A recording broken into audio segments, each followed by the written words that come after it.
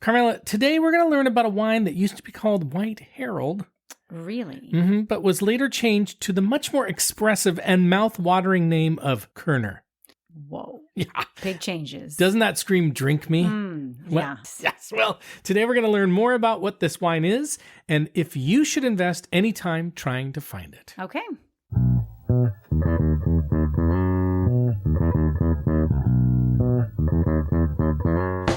Hello and welcome to the Wine Pair Podcast. I'm Joe, your sommelier of a reasonably priced wine, and this is my wife and my wine pairing partner in crime, Carmela. Hi there. And we are the Wine Pair. Woo! If you are new to the podcast, here is what you can expect. If you love wine and want to find great wines at affordable prices, and you want to expand your wine horizons, and you want to have some laughs and fun while doing it, then you're in the right place. Yes. Each week, we explore a different wine varietal or style or brand or region of the winemaking world and learn about what makes them worth knowing about. And then we taste 2 to 3 of those wines that are reasonably priced to let you know if they're worth your hard-earned money. Love it. So if that feels like your vibe, then we're super happy you're here. Right. You made it to the right place. That's right. And we are proud to say that Decanter Magazine calls us fun, irreverent, Chatty. and entertaining. Now, Carmela, I'm also going to call out something else. We have won an award. Wait, what? Yes, we have won an award. We have been named one of the top 50 over 50 podcasts. Oh, now they know how old we are. I didn't say it was age. I just said something about 50. 50 over 50? Well, it's very cool. And by the way, Carmela is super psyched because one of the award winners is Mel Robbins, who I think Carmela has a secret crush on. We do have a girl-mance? Girl-mance. I don't know. I like girl-mance. I've never heard that before. I kind of like it. Because I never have either. But to be in Mel Robbins' company, that's pretty good. Pretty cool. Not That's so- what sold me. When you first said it, I was like, oh, what is he talking about? But then he said Mel Robbins. I knew that would convince you that it's something special. But Wow. that's super cool, and we're really happy about that. Yeah. And, there you go. All right, Carmela, we are back with one of our much beloved What the F episodes. And we love these episodes because we get to learn about wines we don't know much about. And we get to say the F word. That's right. That's the best part. And we also learn about history. We learn about areas of the world. And we learn about all sorts of other fun stuff, including saying the F word. And this week, we are talking about a wine named Kerner. Now, before this episode, Carmela, had you ever heard of the wine Kerner? No, and really, what attracted you to Kerner? Well, we're going to talk about that in a second. But had you ever heard of the wine called White Harold? Again, what attracted you to these wines? I don't know. But if you had a choice, which one of those two would you pick? Ooh, I don't know. A White Harold that's giving me a bad image. Well, they're both the same. So there you go. Any guesses on hearing that name, where it is from, and what kind of wine it might be, Carmela? White, maybe white wine. Okay. And Kerner, what would you say? Kerner.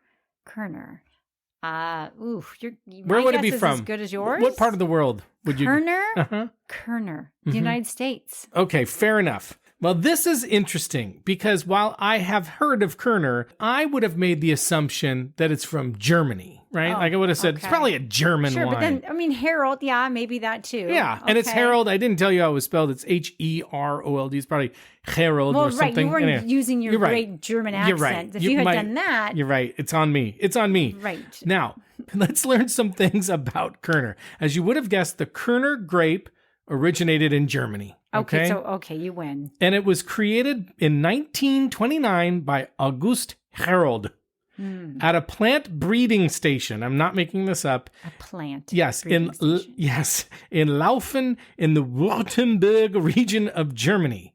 And it is a cross between Riesling and Schiava Grossa, also known as Red Trollinger. Red Trollinger. Right, another of your favorites. So confused here. Wow. Now, the grape was eventually named after Justinus Kerner, who was a German poet and a physician from Swabia. Okay. Swabia is in southern Germany, and he lived appropriately enough in a town called Weinsberg. I didn't make that up. Oh, I love Weinsberg. it. And he Can also, we go to Weinsberg? We can. And he also was, appropriately enough, the writer of drinking songs.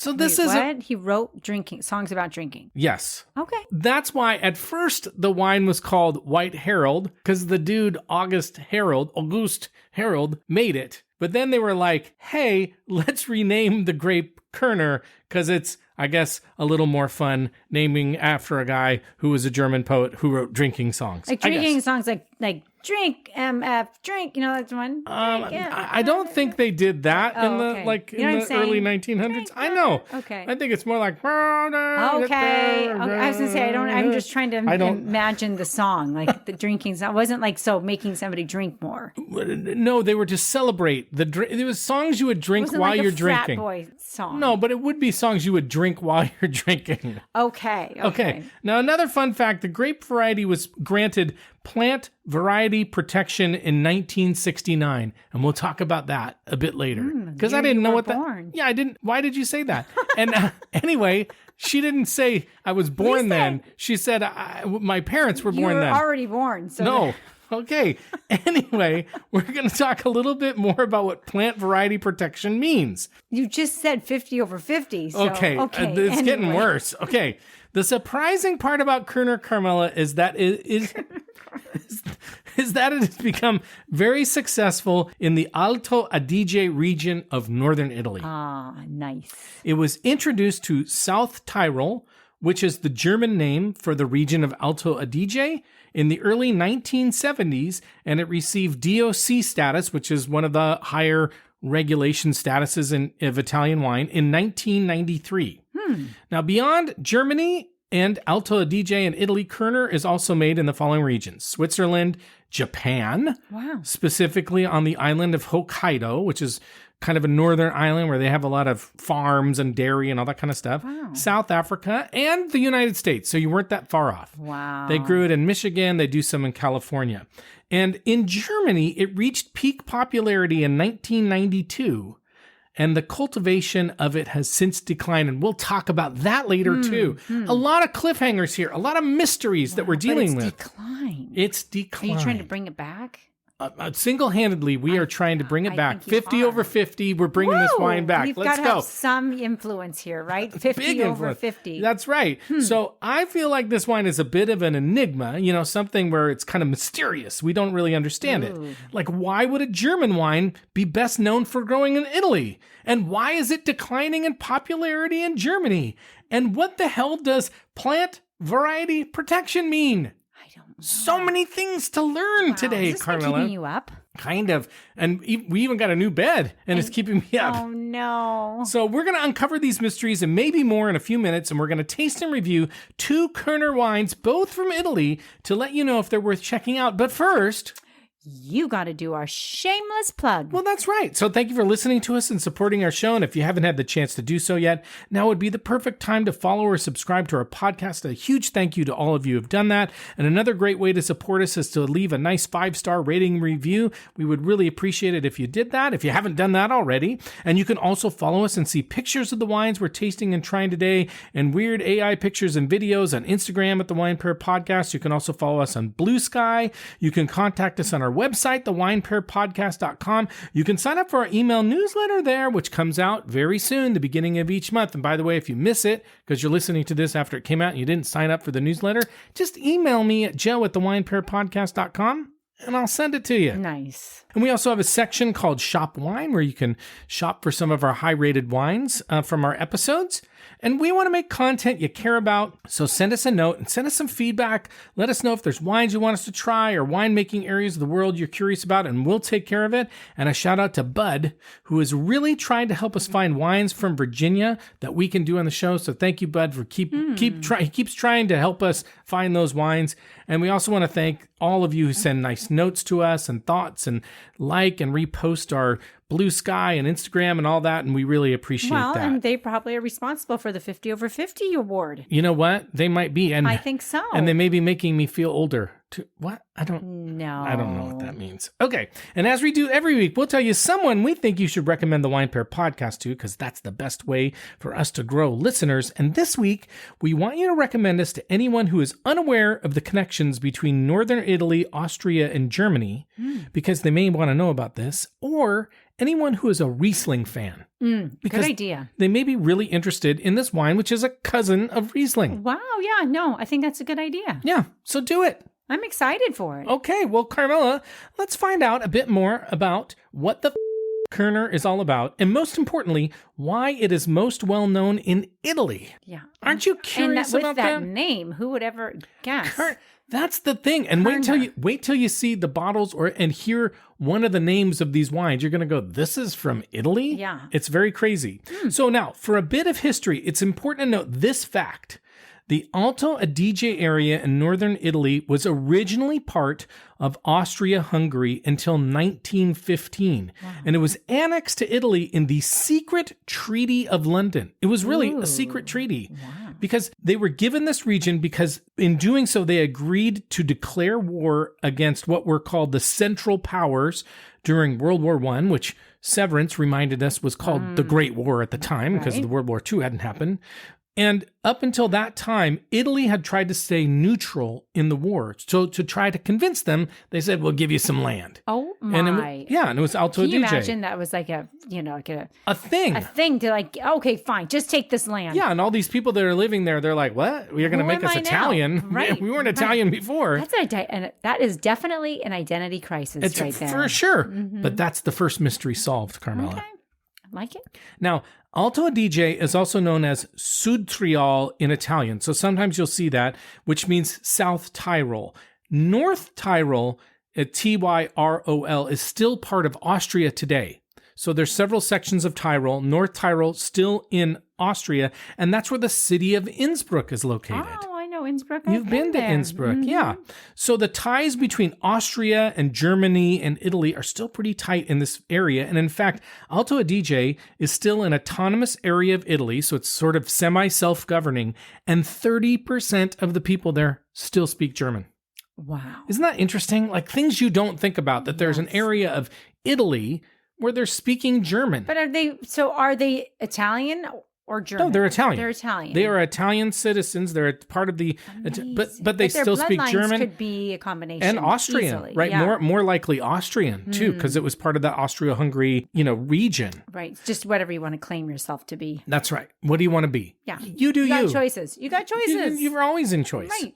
Okay, the next mystery we have to solve is how Kerner got into Alto Adige and why it took until 1970 since the wine was created, the grape was created in 1929. So now remember, again, it was created in Germany and it was a protected species.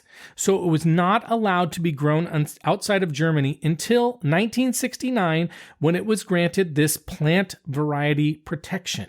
And plant variety protection, I didn't know this, I had to look it up. It's a form of intellectual property rights, and it's given to the breeders of new plant varieties. So basically, after being given that protection, the breeder and this institute where it's created had the right to sell the variety for a period of time. So basically, this gives an incentive for plant breeding and innovation because it rewards breeders for their work in developing new plant varieties. Oh, wow. Because otherwise your incentive might be like, oh my gosh, if I make this and then somebody else takes it and I don't make any money, maybe I won't do it. And so that's why it took so long. So it wasn't until 1970 or 1969 when it was granted this protection. So Kerner was created in Germany to be a quality grape that's easy to grow in cool climate conditions. And interesting enough, because often we think of Italy as a warmer weather country. But you're north. Exactly. And Alto Adige is actually in the Dolomite Mountains near Austria and Switzerland. So it can get very cold there. Again, another thing we don't really think about. Like, again, I think most people, they think of Italy, they think of the Mediterranean, the sea. Right. It's very different up there. Totally. There's whole sections of Italy in the Alps and there's mountains and skiing. And so that's why this wine came there, because Kerner was made to be tolerant to cold. It was resistant to frost. And so it makes a really good option for northern climates.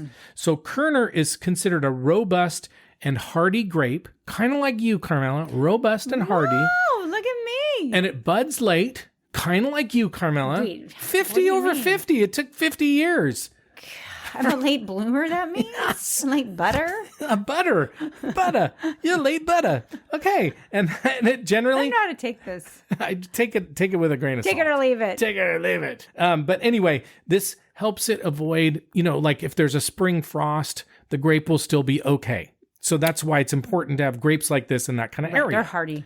So it's kind of perfect for Alto Adige because of the German language, the Austrian roots, and because it was made to be grown in just the kind of conditions that are in Alto Adige. So second mystery solved. I love it. Okay. Finally, the third mystery. The reason it started to be produced less in Germany is for a few reasons, Carmela. Okay. First, Kerner was originally known as a workhorse wine that was more favored for producing quantity over quality. And remember, we talked about this before. You don't want to be known as a workhorse. Workhorse wine, though, like that, you can't even make that up. Like, again, we mentioned this look like? in a previous episode. We said it's just not a compliment. Workhorse wine. If I called you my wife, she's a workhorse. Well, no, I don't think it's necessarily a negative thing. I think it's negative for the person who's the workhorse. Like, right. I don't want to be a workhorse. That's what I'm saying. Like, if I called you my workhorse. Well, right. I don't want to be your workhorse. But if somebody said you're a workhorse, you might think, wow, I must work really hard. Like, look at me. But I think it also has connotations of not being very like. I just understand how a wine can be a workhorse. Well, here's why.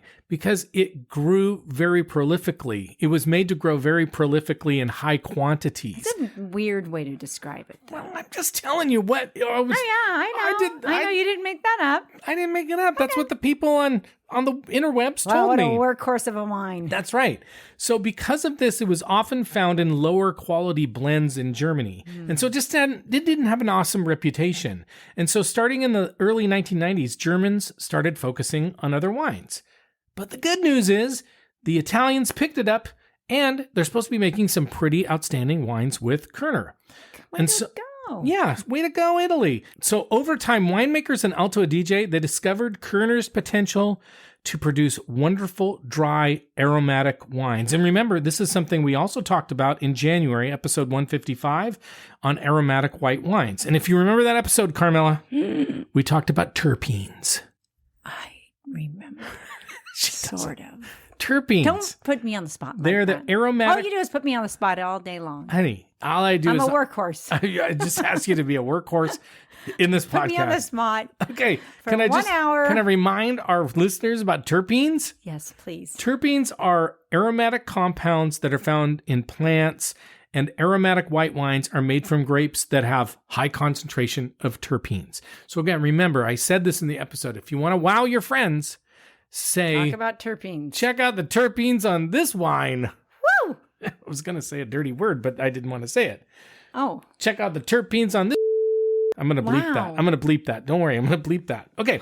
Kerner is often compared. She's giving me a very. That is a workhorse. Wow. No. That will also get bleeped. Yeah, please. Calm. I know. That's you. I can't believe she said the. Well, because the whole workhorse. I can't even tell you what word she said. I'm going to make you guys guess what word she said. And if you have a guess, send us an email. We'll send you some stickers. Okay. All right. Kerner is often compared to Riesling for very obvious reasons, Carmela, because one of its parents is Riesling, and because they're both known as aromatic and high in acid. However, Kerner tends to be a little bit fuller in body. And today, some consider Kerner to be one of the best white wines in Italy.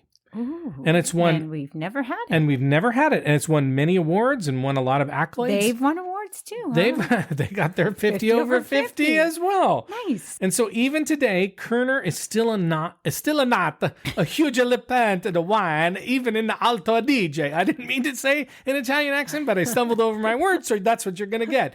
Today, it only makes up about 2% of the total cultivation area. No. That's right. Oh, so despite being considered a molto bene wine, a very fine wine. That's right. Not a ton of people know about it. So that's why we're discovering it today. We're uncovering this mystery. Okay. We've solved mysteries. We're solving another mystery. What is this wine? This is amazing. So on that, groundbreaking. I know. So on that note, Carmela, I think it's time to learn about the wines that we chose for today's episode. What do you say? Let's do it. Okay. As usual, the wines we have chosen for this episode are under $25 each, and they should be relatively easy to find because I bought one of them on wine.com, and the other one I bought at a local Seattle wine shop that we love called Esquin, but it can also be found on wine.com by the by. Perfect. Now, Kerner is not going to be the easiest wine to find, but if you have a wine shop with a good Italian wine selection, you should be able to find it, and you can and should, of course, ask your local wine shop to help you find it because they will be able to hunt it down. So now, the first wine we're going to try today, it smacks of Italian, Carmela. Listen to this title. The wine is the 2023 Kellerei Bozen Puntscheit Kerner. Perf. I don't even know if I said it. It's probably like Puntscheit or something. It's not an Italian name at all. No. And again, you can tell that it's got Austrian and German roots, even though it's an Italian wine. It just would, looking at the label, the last thing you would say is, I bet that's an Italian wine. And even the bottle, when you see the Like bottle, like a Riesling? yeah, the bottle is like a Riesling bottle. Okay. So I think you'll be really, it's a little bit surprising, I think. The wine comes from an area called the Isarco Valley, and it's located about 600 to 800 meters above sea level. That's about 2,000 to 2,500 feet for those of us in America. So it's a decent elevation. The grapes, they said, were harvested in October, and the winery says the carefully selected grapes are gently pressed and fermented in stainless steel tanks at a controlled temperature. Because they've been working so hard. They're workhorses. Yeah. And stainless steel is also used for maturation to keep the wine fresh and crisp. So no oak on this wine. Okay, sounds lovely. Now, what's interesting is that even though it's considered a crisp wine, a dry white wine, it's pretty high in alcohol. It's 13.5% alcohol. Woo. So that's kind of a lot for a white wine. Yeah. So it could be kind of dangerous. It could be if it's easy drinking. Exactly. That's exactly what I thought. And it did get some good ratings. It got a 90 from Wine Enthusiast, so that's good to know. But I actually don't have a ton else to tell you, so we're going to go to the next one. Okay. The next one is the 2023 Abbazia di Novacella Kerner. Now, that sounds a little bit more Italian until you get to the word Kerner. It also comes from the Isarco Valley, and it sounds a bit more Italian, as I said. The winery that makes it, Abbazia di Novacella, claims to be Italy's northernmost winery. So that's kind of cool. Wow, It's, sure. Yeah, and it's also about 1,800 feet above sea level. And they say that the winery dates back to the year 1142. Amazing. And it was founded by Augustinian monks who continue to work the vines today. Amazing. So that's again a long time of making wine. Wow. Those crazy Those monks monks are really old. And we talk about 50 over 50. It's like 50 over 1,000. I mean, give these guys a break. They're workhorses. I mean, you said it. But these crazy monks, and they make their alcohol, right? They're always making their alcohols. Yeah. Don't And their sleep on fruitcake. don't sleep on the monks though. No. In 2009, Italy's influential Gambero Rosso, that's a publication that does a lot of wine ratings, they named Celestino Lucin, who is the Abbey's enologist, their winemaker, the winemaker of the year. My goodness. Yeah. And by the way, Abbazia, the name of the wine, means abbey in Italian, like Oh my gosh, monk, right? yeah. So the wine is indeed named after the abbey, although I don't think the winemaker is a monk. The wine has won several accolades, including the Best Value Award from Gambero Rosso and a 91 rating from Vinia. So this is supposed to be a very good wine. It's 100% Kerner. They say the soil is made of hard metamorphic rocks left behind by glaciers, which makes sense since it's in the mountains. And that means that the soil is well draining, which grapes like. They don't like pooled water. They like a little water stress. It's also aged for 6 months in stainless steel tanks. They use indigenous yeasts. And as you might expect, the monks practice organic winemaking. Lovely. And they also generate their own hydroelectric power and heat from wood chips. So they're considered carbon neutral. Oh, wow. And as I understand it today, there are only 26 monks that live there. And so they actually have a staff of about 100 employees, some full-time, some seasonal, that work with them. So there's like 4 times as many people working in the winery as the monks themselves. Oh my. But it's kind of cool that they're still making wine in that place. I love it. It'd be fun to visit. It would be so cool to visit. But you know what, Carmela? I think that's enough information. I think we need to get to drinking. So we're going to take a quick break and we'll be right back. And if you have these wines, a Kerner. If you have a Kerner, if you just happen to have a Kerner. If you happen to, like, hey, honey, take out the Kerner. It's Kerner time. out. We've been holding the Kerner. Right. You've been waiting for this episode. Grab her by the Kerner and bring that out. Woo. Or if you have a Riesling or some other white wine, just drink along with us. Get those participation points. Turn them into stickers. Woo! And we'll be right back. All right. Okay, we are back and we're ready to try our first wine. It's the Kellerei Bozen Puntscheit Kerner. It's from Alto Adige, Italy. The year is 2023. It was $23.99 at Mad Wine or Esquin. 13.5% alcohol, 100% Kerner. And Wine Enthusiasts gave it a 90 and Vivino has a 4.0. Now, before we get to the color, tell our listeners about the bottle. It's a great bottle, but it doesn't look like you would expect an Italian bottle to look. Looks like a Riesling bottle. It looks like a Riesling. German it's bottle. kind of long, tall and thin. It's a cool looking bottle. It's though. pretty. Yeah, but you would not, like I said, if you pick that up, you wouldn't go, "Oh, this seems Italian." No, even like the name, like we don't just like the lettering. Like this is not Italian wording here. No, you know, even though it says Alto Adige. Yeah. Okay, well, let's talk about the color of the wine. It's very light. Yeah, very light, pretty. Yeah, it almost looks a little viscous, don't you think? A little bit. But it's definitely light. It doesn't look like it's going to be anything like punchy or... No. The color to me seems like a pear. Almost seems like a pear color. It does. Yeah. Kind of like pear juice. Yeah, in those little containers. Totally. With syrup. Totally. Okay, let's smell it. It's very pretty. Oh, yeah. It's easy. I mean, it's like refreshing. It's got apple on it for sure. Apple and pear. Flowers. Has flowers. It's very spring to me. Like the floral scents. I feel like I'm getting peach too. Like peach juice or something. Or apricot. Like I'm getting stone fruit as well. This one was high in alcohol, right? 13.5. Yeah, say I can smell a little bit of it. You think it smells a little hot? Yeah, a little bit. But it's clean smelling to me. Like it smells clean. You don't get vanilla or any of that. Like it's clearly not oaked. No, but there's something else. I don't know, a little bit of grass or something too. Okay. I don't know. Yeah. Okay. Well, let's try it and see what we think. It's good. It's nice. It's kind of apple-y. Definitely apple-y. Green apple. Maybe that's why I'm getting that, like even the skins of the green apple for Granny Smith. Maybe that's where I'm getting the grass from. But I'm definitely getting like a Granny Smith apple. Tart. Yeah, tart apple. It's got nice, I know it's not a thing, but it's got minerality. I would say it's got like rocks. Like I can taste kind of like licking a rock a little bit. It's got nice dryness on the end of it, a little bit of bitterness, almost a little lemon. Maybe a little bit of for sure. I think for sure. Some citrus on it. Some lemony lime. It's a very pretty and pleasant wine. It's going to be great food. And I'm also telling you, this is 13.5% alcohol. I mean... Could be really dangerous because it is very easy drinking. It drinks nice. And it's a summer sipper. It is, although I will say it does have, I know maybe I'm just thinking about this because it was described this way. I do kind of feel like it's a little bit medium bodied. I don't feel like it's a super light bodied wine. Medium body is fair, I think. Yeah. It's not like a thin, like a Pinot Grigio. A lot of times it's kind of a thinner wine. True. Those are almost, they're so light. Yeah. I love them. So you were saying this, but what food would you pair with this wine? Ooh, she likes it. She's taking another sip. She doesn't usually do that. I'm telling you. She likes it. Party. That's the drinking song that he wrote. Yes. Party. Kerner. Do you think it was him? Totally. He made that up. Kerner for this? Thank Kerner. Thank you. I think, no, thank you. Okay. I think it would be really good with like a shrimp pasta. And any type of I think for some reason, shrimp sounds really good. I think you're kind of hungry for shrimp. Maybe. Grilled shrimp. Shrimp on the bobby. Shrimp po' boy. Shrimp cocktail.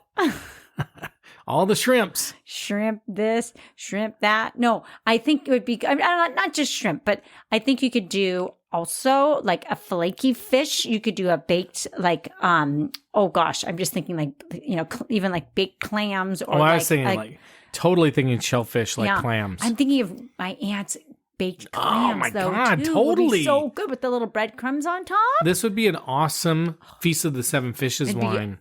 Really good. It's a really good wine, I think. And it's Italian. It's Italian. Come on. But it doesn't look like it. No. But I do think any shellfish would be really good with it. What about would you do something like spicy with this too? Like Indian food? No, totally. I think you could totally do spicy food with it, but there's something about it that makes me feel like it's really good for seafood. I think so too. Like you could do fried chicken, you could do spicy, like pad thai or whatever, but I really feel like it's a seafood wine. I do. I see food. I see food and I eat it too. Mm-hmm. All right. Well, let's rate it. So as a reminder on our rating scale, we rate on a scale of 1 to 10.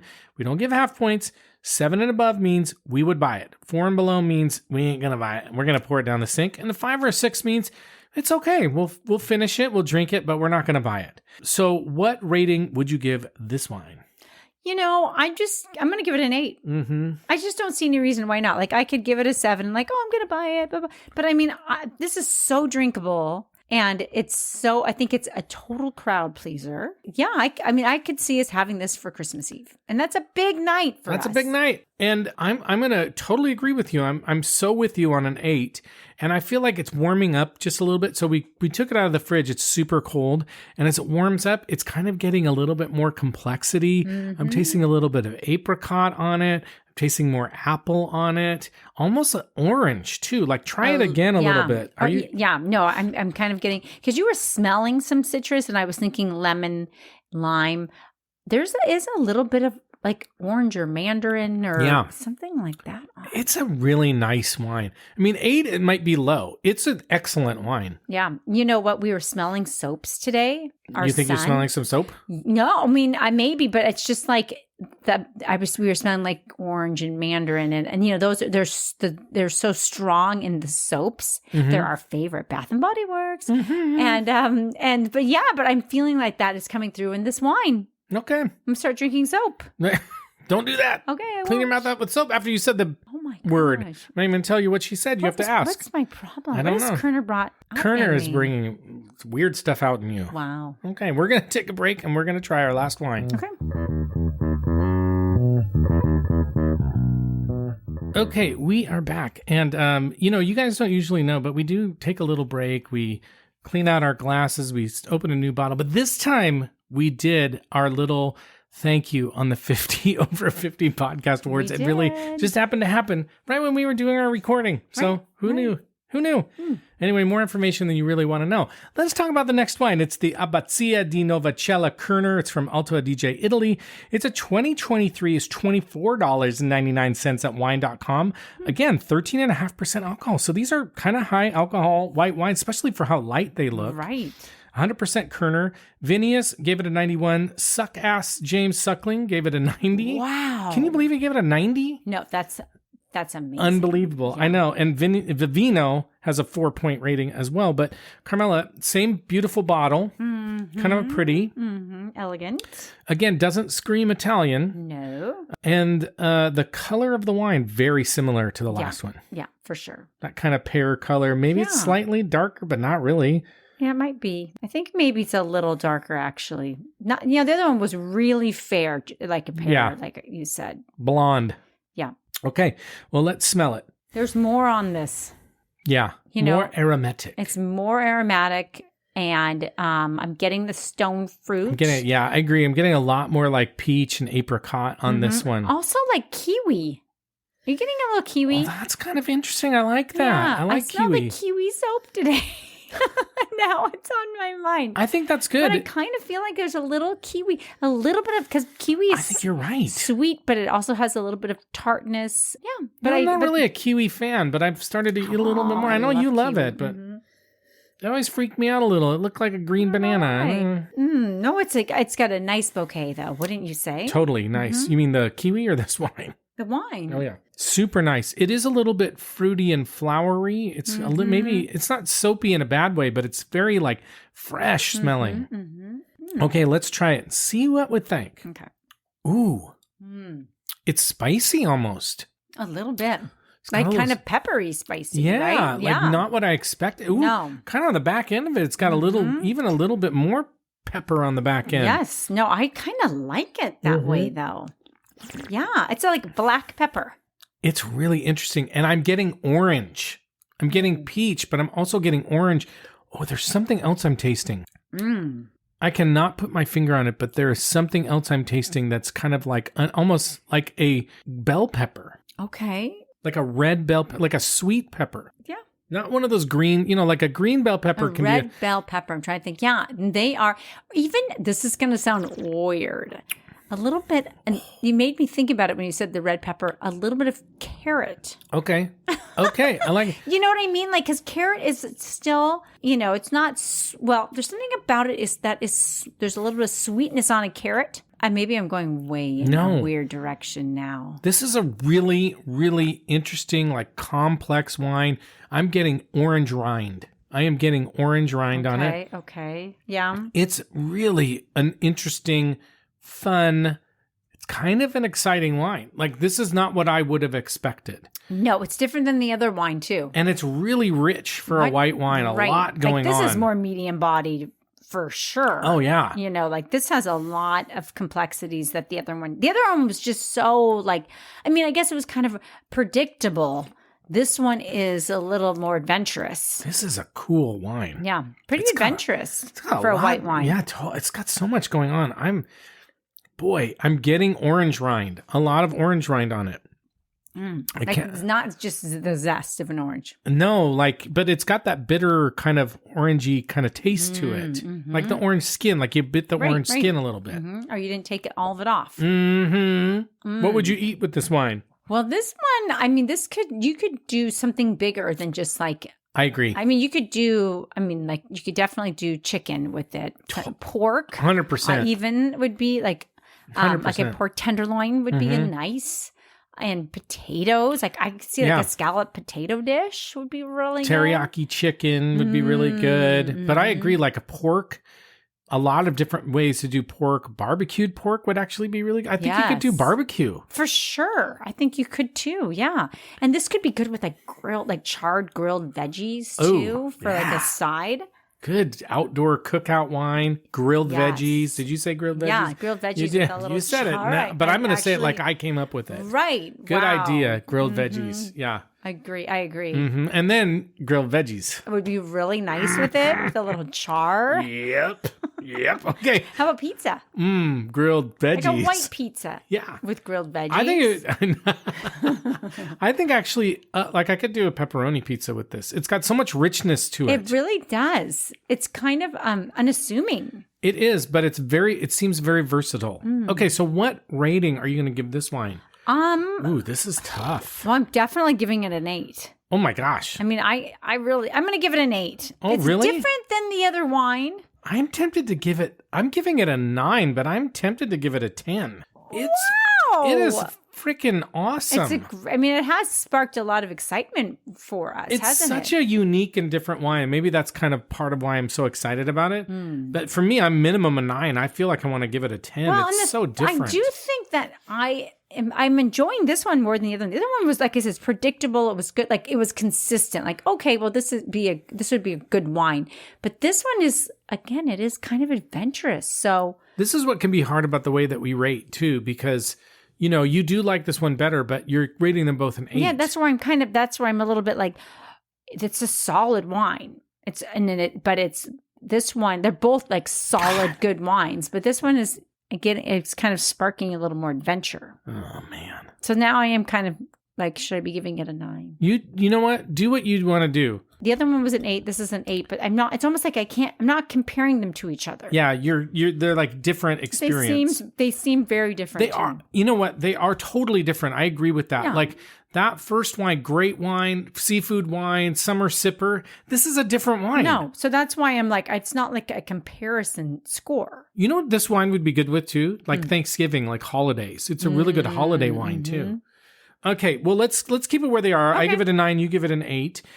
Which one of these are you finishing tonight? It's probably pretty easy. I think I'm going to go with this one. Me too, the Abbazia. Okay, well, let's talk about the taste profiles expected from a Kerner. Okay. The general ones are floral notes, green apple, apricot, tangerine, tropical fruit, grapefruit, mango, fresh herb. I think you were getting a little bit of that. I was getting some grass at one point. Yep. Yeah. High acidity, apple, pear, apricot, citrus, stone fruit, sometimes earthy minerality. I think I got minerality in the first one. I don't think I got a lot on this one. Not as much. Okay, so the Kellerei, the winery says the aroma is intensive, light note of nutmeg. That's interesting. I would say more nutmeg on this one. I agree. Yeah. Aromatic, fruity with notes of peach, apricot, and mandarin orange. Mandarin? You've definitely said that. Dry, full flavored, and juicy. Wine enthusiast says heady white flowers. I think we got flowers, right? Gently drift through the nose like a morning breeze on an alpine bike ride. Okay, that's nerdy. Herbs and a hint of tire. Okay, What? I know. The palate The reveals. last time I ate tire. I know. The palate reveals vibrant lime and lemon notes, textured leafy finish. We got the lime and lemon, didn't we? Yes, we said we did. lemon. And this Kerner captures the essence of crisp, invigorating, high altitude experience. Okay. Okay. Now, the Abbazia, I couldn't actually find one from the winery. This website called Red Feet says peaches, apricot, tones of tangerines, medium weight, very lively, juicy, sleek on the palate, orchard fruits balanced by a mineral backbone, nectarines, pears, apples, and tangerines. Vinius says the 2023 Kerner is delicately floral in the glass, whiff of sweet spice and candied lime forming its bouquet. Built on energy, vibrant acidity, combination of saline minerals, tart citrus, adding a zesty character. No carrot. Nope. Hints of chamomile and lemon zest. Okay. And James Sucking said a fresh and creamy white. It's not creamy. Sliced pears, maybe. Peaches and lemons, maybe. Medium bodied, yes. Lightly pithy, I agree. So he wasn't a total moron in Boy, this one. this guy, he cannot catch a break. No, not from me. I'm not going to give that guy a damn break. Okay, what's your verdict on Kerner Carmelita? I'm down. Like, I really like it. This I has think been it's- a great surprise. I didn't expect to like it so much. I'm totally with you. This is now on the list. It is on white wine list.